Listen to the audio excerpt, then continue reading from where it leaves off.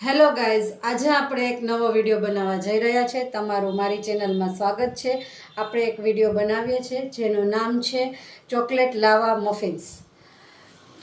નાના છોકરાઓથી માંડીને મોટા લોકોને દરેકને ભાવે તેવા અને તે સોફ્ટ અને સ્પોન્જીનેસ હોય એવા આપણે આજે ચોકલેટ લાવા મફિન્સ બનાવવા જઈ રહ્યા છે. ઓકે ફ્રેન્ડ્સ, અહીંયા આપણે ચોકલેટ લાવા કેકની સામગ્રી, ચોકલેટ લાવા બોલો યા ચોકલેટ કેક બોલો, ચોકલેટ લાવા મફિન્સ બોલો યા ચોકલેટ કેક બોલો. ઓકે, તો અહીંયા તમને ચોકલેટ લાવા મફિન્સની સામગ્રી બતાવવા જઈ રહ્યું છે.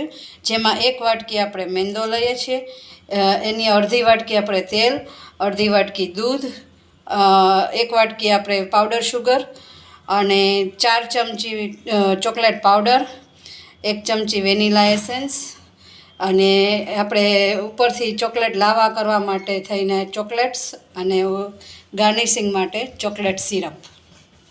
અને અહીંયા આપણે 5 ચમચી બેકિંગ પાવડર અને 1/4 ચમચી બેકિંગ સોડા નાખીશું. ઓકે, અહીંયા આપણે કોરા ઇન્ગ્રીડિયન્ટ્સ લઈએ છીએ, જેમ કે મેંદો, પછી પાવડર સુગર, પછીથી ચોકલેટ પાવડર, પછી બેકિંગ સોડા અને બેકિંગ પાવડર.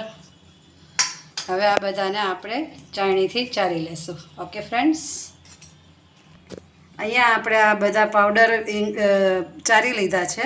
હવે આપણે તેમાં નાખીશું 1 વાટકી દૂધ, પછીથી 1 વાટકી તેલ એટલે કે ઓઇલ,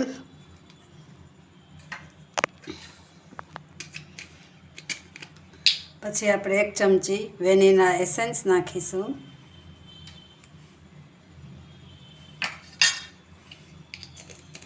ને હવે આપણે આ બધી સામગ્રીને હલાવીશું. અહીંયા આપણે ગેસ ચાલુ કરીએ છીએ, તેની ઉપર અપે પેમ મૂકીએ છીએ. ને હવે આપણે તેમાં આપણું જે બેટર તૈયાર છે ચોકલેટ મફિન્સનું,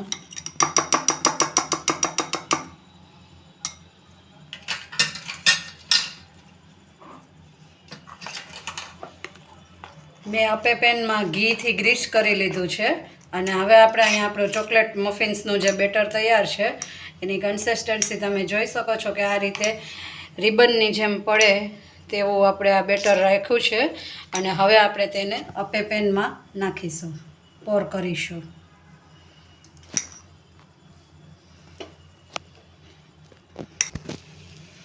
હવે આપણે એક ડેરી મિલ્ક ચોકલેટ્સ નાખીશું, જેને આપણે લાવા મફિન્સ કહીએ છીએ. તો આપણે અહીંયા ચોકલેટ લાવા મૂકી દઈશું. અહીંયા આપણે ચોકલેટને સીલ કરી દઈએ.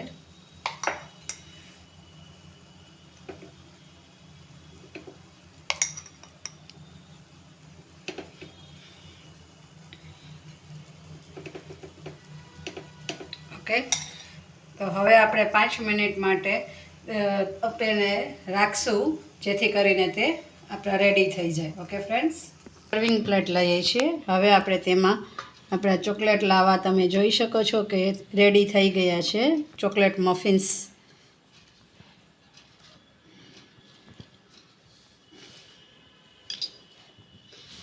એકદમ સ્પોન્જી એવા આપણા ચોકલેટ મફિન્સ રેડી છે.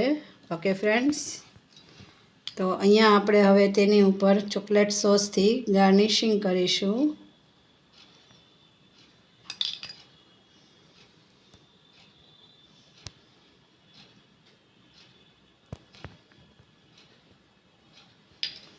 તો તમને મારો આ વિડીયો ગમ્યો હોય તો લાઈક, શેર અને સબસ્ક્રાઈબ કરજો. અને મારી ચેનલને સબસ્ક્રાઈબ કરવાનું જરા પણ ન ભૂલતા. ઓકે ફ્રેન્ડ્સ, તમે જોઈ શકો છો કે આપણા અહીંયા ચોકલેટ મફિન્સ લાવા બની ગયેલ છે.